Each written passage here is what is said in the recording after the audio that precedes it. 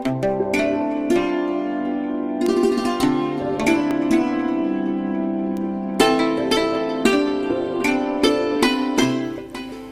दर्शकों, मैं ज्योति एक बार फिर से स्वागत करती हूँ आप सभी का हमारे बेहद विशेष कार्यक्रम सुखी दाम्पत्य में।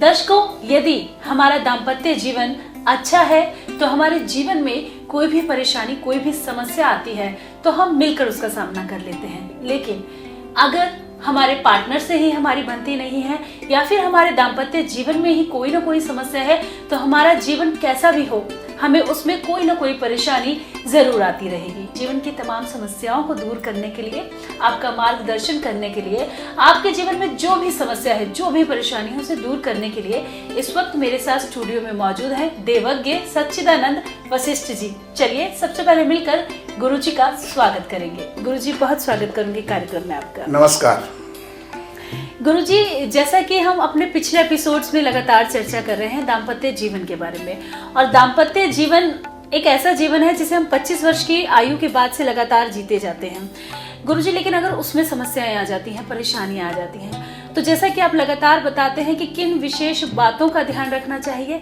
तो मैं चाहूंगी कि आप आगे इसी क्रम में और प्रकाश डालें। सुखद दाम्पत्य जीवन के लिए हमने बहुत से विषयों पर चर्चा की, जिसके अंदर शिक्षा को, स्वास्थ्य को, आयु को हमने लिया। लेकिन अब उसके अंदर एक महत्वपूर्ण सुख एक और है जिसको कहते हैं भाग्य। और अगर भाग्य नहीं है तो मनुष्य जीवन के अंदर बहुत कुछ उपलब्धि करके भी, बड़ी बड़ी डिग्रियां लेकर के भी, और वो कहीं पर सेट नहीं हो पाता, अच्छा जो है नहीं निकल पाता, भाग्य उनका साथ नहीं देता।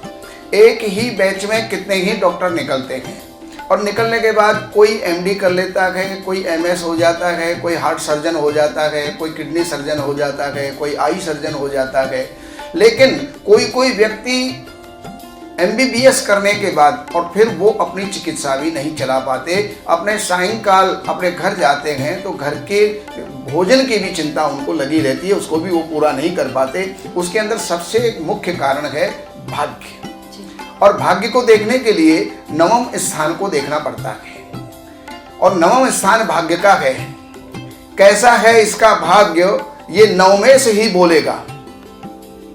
कहां किस दिशा में जाएगा और किस दिशा में भाग्य को खोलेगा, अगर ना दिया नवमेश ने साथ तो उसका जीवन डगमग डोलेगा, और अगर नवमेश ने दे दिया साथ तो सारा जमाना उसके पीछे होलेगा। अर्थात नवमेश जो है इतना महत्वपूर्ण है। और अगर नवमेश बलवान है, शुभ ग्रहों के शुभ स्थानों के अंदर वो बैठा हुआ है, शुभ ग्रहों की दृष्टि में है, तो निश्चित है उसका भाग्य प्रबल है। वो अपने भाग्य को आगे से आगे बढ़ाता चला जाएगा, भाग्य से उसके जो है अवसर उसको प्राप्त होते जाएंगे, और वो जीवन में आगे से आगे जो है वो बढ़ता चला जाएगा। शास्त्र कहते हैं देवज्ञाभरण, जातक तत्व और बृहद जातक, बृहद पाराशर, इनके अंदर हमें उल्लेख मिलता है कि नवमाधिपति केंद्रे कोणे लाभे स्थितो यदि सोचे वा सौमित्रे वा तदा सौभाग्यवान भवेत।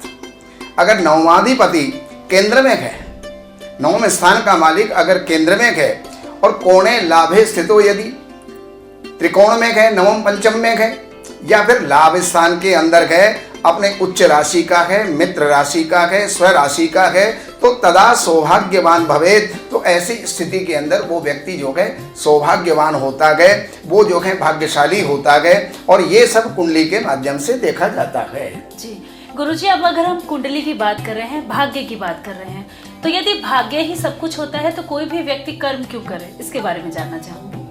देखिए, एक चीज है, ये दोनों एक दूसरे के पूरक हैं। भाग्य के बिना कर्म सफल नहीं होता, और कर्म के बिना भाग्य सफल नहीं होता। आप जो है कर्म करते जा रहे हो, कर्म करते जा रहे हो, लेकिन भाग्य अगर साथ नहीं देता तो आप 1 2 3 4 98 99 सीढ़ियों तक आप पहुंच जाएंगे, लेकिन 100वीं सीढ़ी आपको नहीं मिलेगी, आप वहां से फिसल जाएंगे।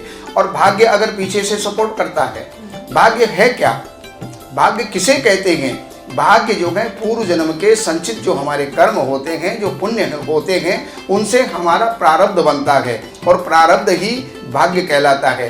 अब भाग्य के वश आपके बैंक के अंदर लाखों करोड़ों रुपया पड़े हुए हैं, लेकिन कर्म तो आपको करना पड़ेगा।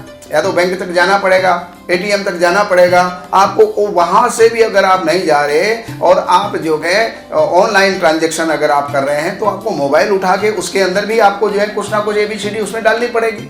जब तक आप नहीं कर्म करेंगे तब तक भाग्य भी नहीं खुलता, लेकिन भाग्य हमें पीछे से सपोर्ट करता है। गुरुजी, इसके साथ ही अगर बात करें भाग्य की, तो यदि किसी का भाग्य कमजोर है तो वो क्या कुछ उपाय कर सकता है कि उसका भाग्य स्ट्रांग हो और जो भी समस्याएं, जो भी परेशानियां आ रही हैं वो दूर हो सके? देखो, सबसे पहले जी इन ग्रहों का योगायोग हो।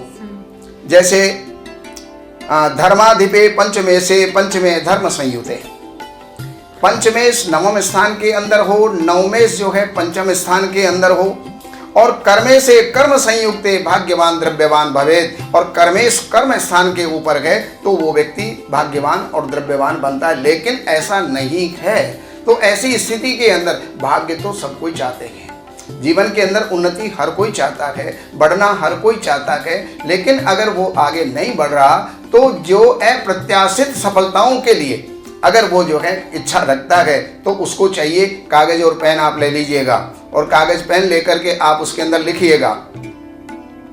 वहां पर आप क्या लिखेंगे?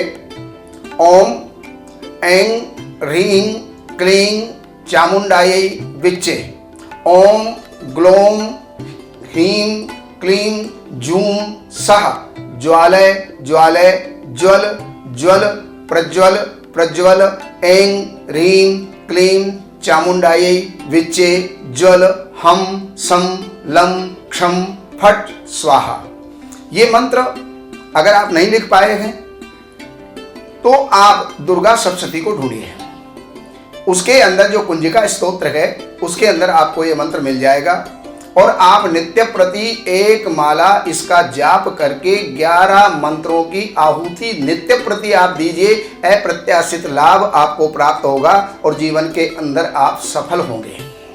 जी, तो बिल्कुल गुरुजी, आपने समस्या भी बताई और उसका उपाय भी बताया, और आपने साथ में ये भी बताया कि अगर हमारा सिर्फ भाग्य ही अच्छा होगा और हम कर्म नहीं करेंगे तो भी हमें फल की प्राप्ति नहीं होगी। तो यदि आप अपने भाग्य को भी अच्छा बनाना चाहते हैं तो आपको उसके लिए कर्म भी करना होगा। गुरुजी, इन सभी तमाम जानकारी के लिए आपका बहुत बहुत धन्यवाद। नमस्कार जी। तो बिल्कुल दर्शकों, यदि आपके जीवन में है किसी भी तरह की कोई भी समस्या, लगातार आपके ऊपर कर्ज चढ़ता जा रहा है, विवाह में कोई समस्या आ रही है, दुश्मन आपके बनते जा रहे हैं, परिवार में आपकी बनती नहीं है, या फिर कोई भी समस्या जो आपके जीवन में आपको लगातार परेशान कर रही है, उन तमाम समस्याओं का आप ज्योतिष के माध्यम से या फिर वास्तु के माध्यम से निवारण करना चाहते हैं, तो आप गुरुजी से व्यक्तिगत रूप से मिलकर भी अपने जीवन की उन समस्याओं का समाधान पा सकते हैं।